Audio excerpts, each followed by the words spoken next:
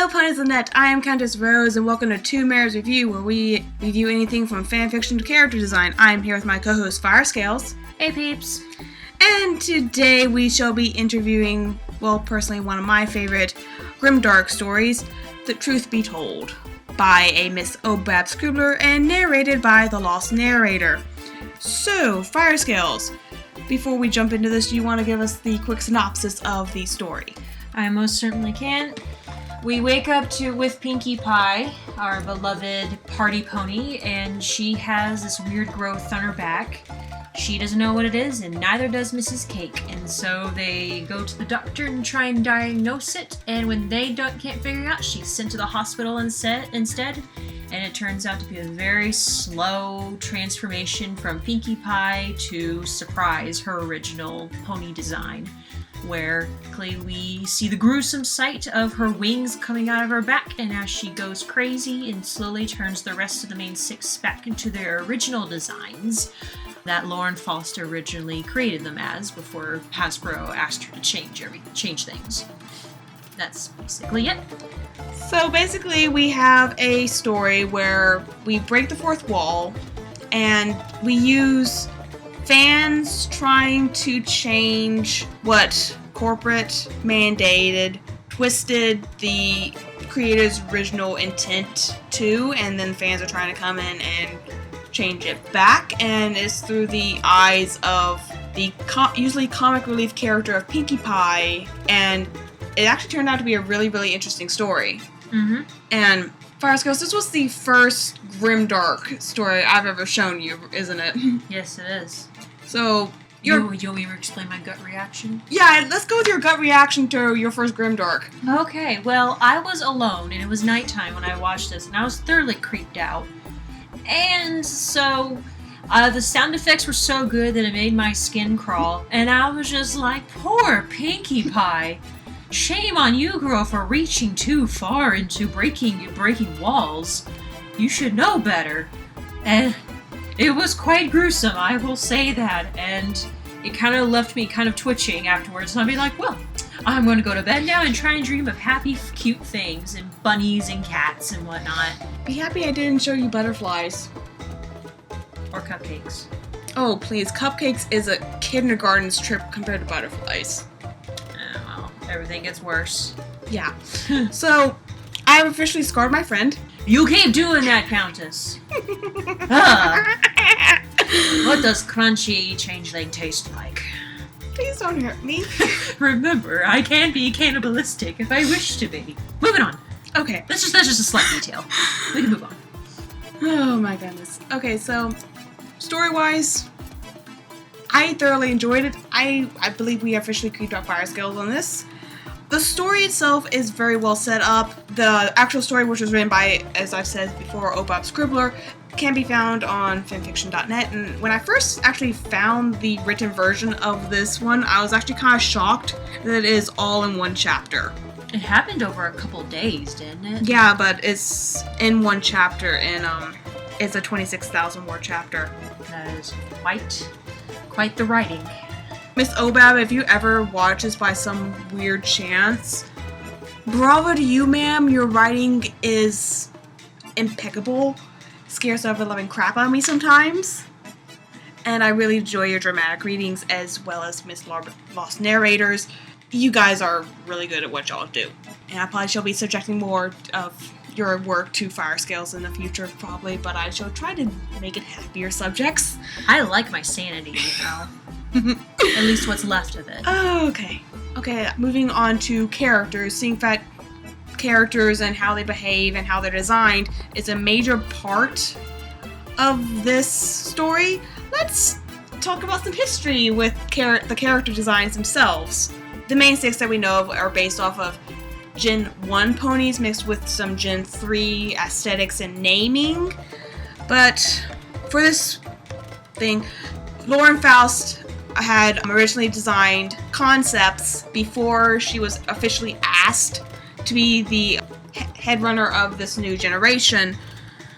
So she had concepts based off of Gen 1 ponies on her DeviantArt, which have been taken down off her DeviantArt, but other people had saved them, and so we have still has access to the original designs that she has. So, Frascos, do you want to comment on the original designs in comparison to the ones that we have in the final part?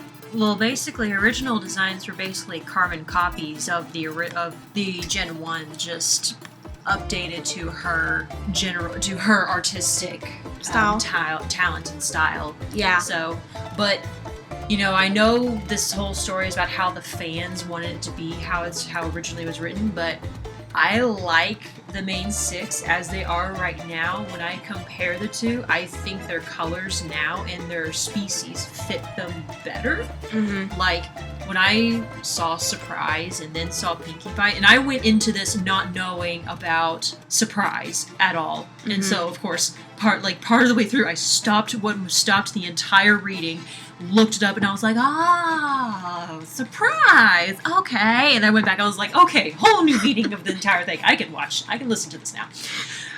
I think an Earth Pony fits Pinkie Pie a lot better. I think her peaks and whatnot fit her personality better. I like Fluttershy as a Pegasus. I like Rainbow Dash's color than Firefly's. Applejack's just Applejack. Love her to pieces. Mm-hmm. I do not like Rarity's original character design. It makes her look like she wants to be fancy but uses cheap knockoffs instead of real, like...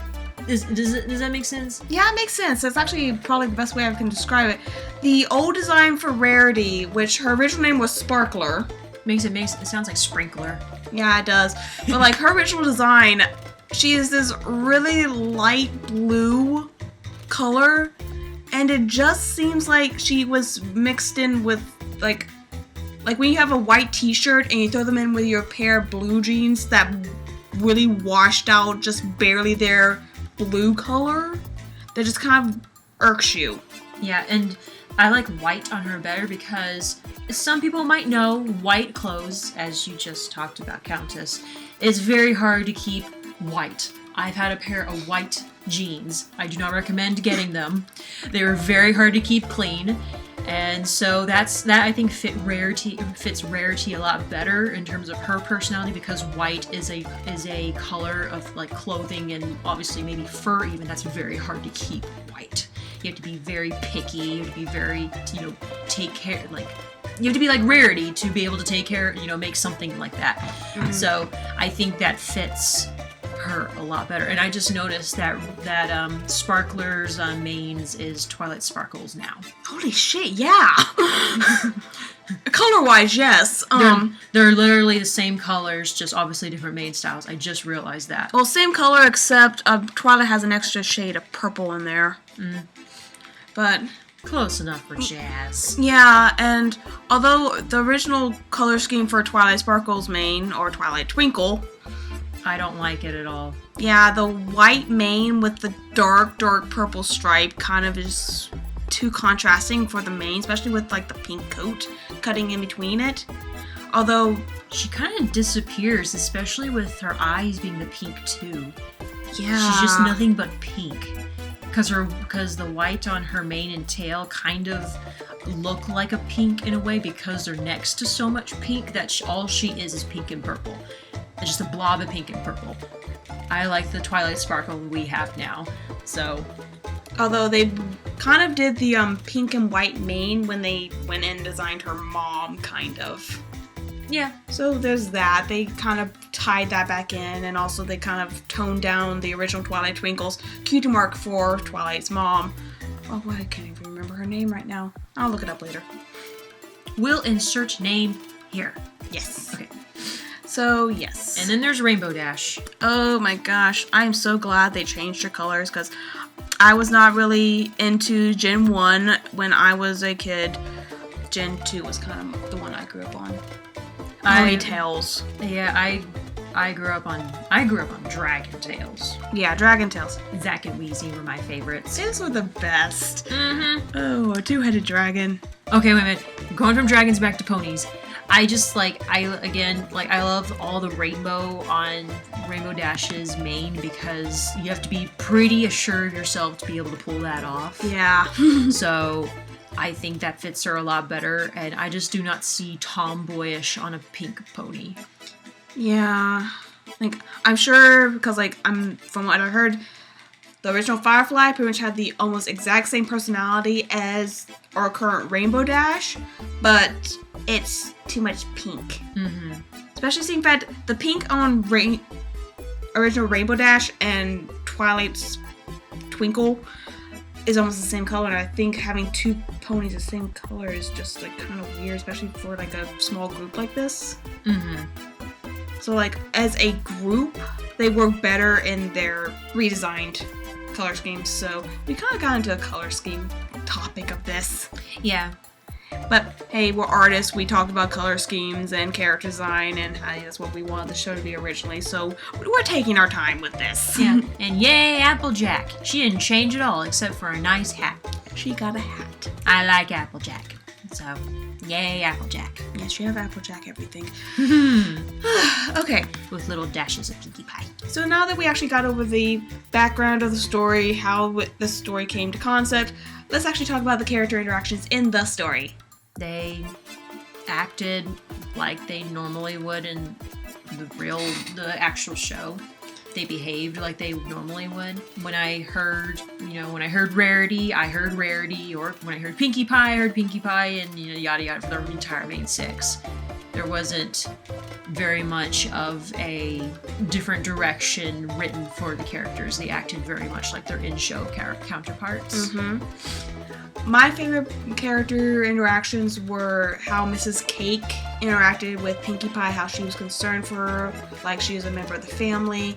I just really like the cakes. I love the cakes. The cakes are adorable, and I loved how they were portrayed in the story. Another thing, especially seeing that this was written actually a couple years ago before we actually had more interaction with Pinkie Pie's family, having Pinkie Pie ostracized from her family because she was a party pony and not a rock farmer, I thought was an interesting take on it, especially seeing that when the story was written, we didn't have Hearthwarmers or the other episodes where we actually had interaction with Maude and Pinkie Pie's family. Mm-hmm. So again, I had to take into account when the story was written and how that was handled, and I thoroughly enjoyed it. I mean, I thought the fact of being ostracized kind of made sense because Pinkie Pie's family is so kind of traditional, laid back, and the fact that this one pony is just so different, they would not know how to deal with it. Mm-hmm. So sometimes the best way to deal with something that you know nothing about is to just send it away, and so it kind of made sense, but poor Pinkie. Yeah, it's poor Pinkie, but I felt like it fit with the grimdark aspect of the story, because like basically a grimdark is this story is going to end poorly. It depends on how you do it. It's going to end sad. Mm-hmm. There's not a happy ending to a grimdark. It's going to end sad. You're going to cry. You're going to feel uncomfortable at the end. Your eyes are going to be twitching. Yes, your eyes are going to be twitching, and if I show you the story, it will not be a grimdark. I'll spare you some sanity. Yay! I like my sanity. Okay, so now to our favorite part of the actual art that was used in the 6 parts. Was this 6 parts or parts was this? 5. The 5-part. 5 or 6. No, yeah, technically 5. The trailer doesn't count. The 5-part series of this reading, which if you have 4 hours to just sit and listen, it's really good. Overall, I felt like the quality of work that was used in the visual part of the story was up to standard. It was very nice. The imagery, amazingly dealt with. The one image where Pinkie Pie's wings actually, or Surprise's wings actually come out, that picture gives me chills. It's one of my favorites. It's there's a lot of emotion in it, and the color, and whatnot. And I was very entertained by. I mean, obviously the the voices and the writing is a big part, but also so is the art, because that's what gives you something to look at while you listen. And I was very entertained and very interested in the art and what was going on and whatnot. So it did its job very well. and it was well done. And yeah, the editing of the video to how the art was handled, I felt was very nice because we didn't have just still picture, flipping from picture to picture, which some fan fictions do, but this one actually had like slow pans, zoom in, zoom out, sometimes reusing the same picture over, like a back and forth between characters talking. Very nicely done, editing wise. And one thing I also liked was the fact that you also reused artwork. So kind of set like a standard of familiarity, like the hospital was one. Just, you know, so that way we kind of, you know, we felt we were someplace familiar all the time. So that's one little detail that I really enjoyed seeing. The sound, the voice acting I felt was really, really good. The voice actor for Pinkie Pie I find it very hard to voice sometimes because she has a high kind of squeaky voice, which I would assume, not being a character voice actor myself, would be very hard on the throat, and she seems like a very hard character to find a good voice actor for, especially when you try and go that high, your voice gets very squeaky and high and almost impossible to understand. Yeah, find Pinkie Pie's voice, getting it so it sounds like Pinkie Pie and is intelligible. Intelligible, that's the word we're looking for. To understand for a long period of time, especially seeing that she's the main character in the story, is hard and tricky to do. Another one is Rainbow Dash. Rainbow Dash was also well done. And kudos again to the person who voiced Mrs. Cake. Yeah, even Mr. Cake. They were both very well done. Yeah, spot on the characterization and the tone of the voices. Very nicely done. Then again, to anyone who works with Lost Narrator, usually she finds really, really good voice actors. Really good voice actors. Yeah, everyone sounded exactly like their characters, and they were very good. And, you know, that's part of what helped. That's what helps immerse, and that's what helped me immerse myself into the story, was the recognizable voices. Yeah. Sometimes, like with some audio dramas, the voices are just slightly off, and it can just kind of be like, this isn't right. It's like a distraction. Yeah. But, again, here it was done very, very nicely, which I applaud you. Is there anything you would like to draw particular attention to for us, girls? I love the thumbnail for your trailer. I love how simple it is, how clean it is, and for those who don't know, it is a kind of it's a diptych of both Pinkie Pie and Surprise, and split down the middle. Pinkie's Surprise is obviously not in a happy mood, very angry and whatnot, and I just love how it looks. So you were kind of gushing about this one. Yes, I went and found this. I searched for it, and I faved it on my DA page and downloaded it. So now it's mine. Not really, but not really. But you know. Kudos to the artist who did this, and to. Didn't you say there was another artist who actually did a wider version of it? Yeah, the original artist made it was more square, and the one that the Lost Narrator used was wider, which I believe is this one. Which I like because it shows more of the wing, Surprise's wing. It works. So yes. Overall, we thoroughly enjoyed this story. I mentally scarred my friend in the process, but I love you too. She forgives me for the moment. I'm a very scared changeling. Oh man, but yeah, I would recommend this. Yes. If you ever have time to dig through Lost Narrators and Obad Scribbler's work, they are amazing. Especially, they do other stuff than Grimdark, but that is what they are amazing at. Like actual sound effects. The sound effects, yeah, wow. Yeah, the sound effects were very good. They're subtle when they needed to be subtle, like the hooves when they were walking. Some people can easily overdo the hoof sounds. Yes. And Pound and Pumpkin's crying, not too loud, but clearly enough. The whooshing sounds when the ink was trying to write out stuff to ponies. But also the ripping sound when Surprise's wings were coming out. Oh, that was so disgusting. I gave myself shivers right now. you picked very good sounds for this, and it worked very well. You did a very good job in creating this entire series. Creating the atmosphere with the sound design.